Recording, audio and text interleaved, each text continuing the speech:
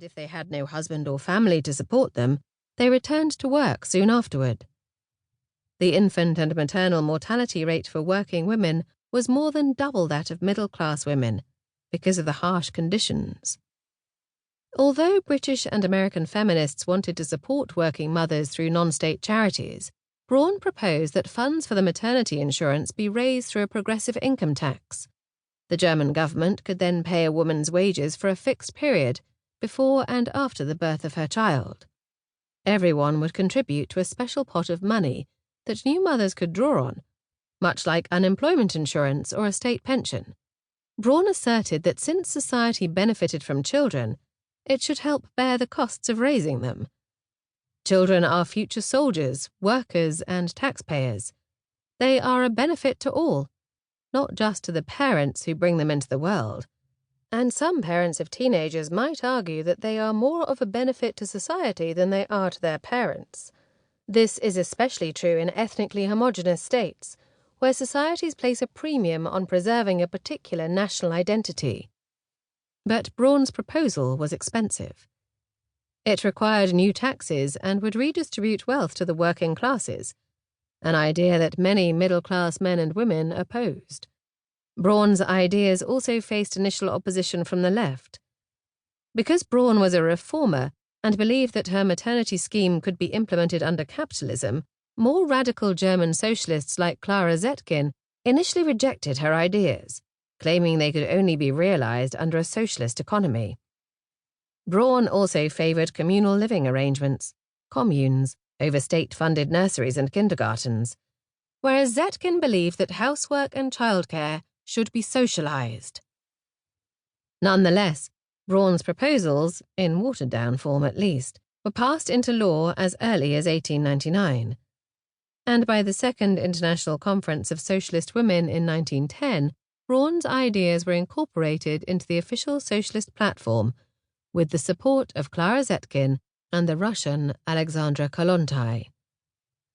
The fourth point on the 1910 socialist platform laid the foundation for all subsequent socialist policies regarding state responsibilities toward women workers.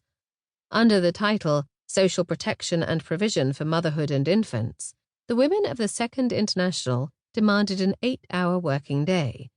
They proposed that pregnant women stop working, without previous notice, for 8 weeks prior to the expected delivery date, and that women be granted a paid motherhood insurance of 8 weeks if the child lived, which could be extended to 13 weeks if the mother was willing and able to nurse the infant.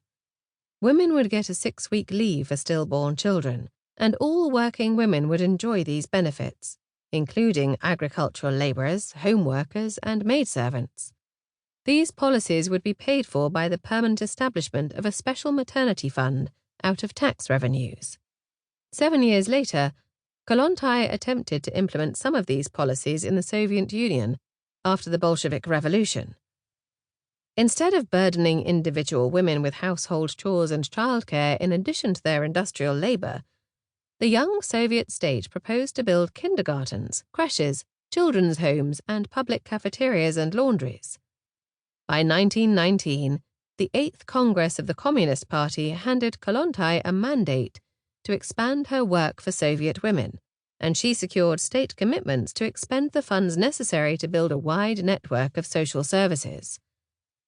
The year 1919 also saw the creation of an organization called the Zhenotdel, the Women's Section, which would oversee the work of implementing the radical program of social reform that would lead to women's full emancipation.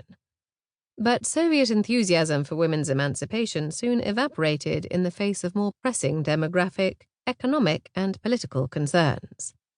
After the country was devastated by the brutal years of the First World War, followed by the Civil War and the horrendous famine of 1921 and 1922, Lenin and the Bolsheviks did not have the funds to support Kollontai's plan.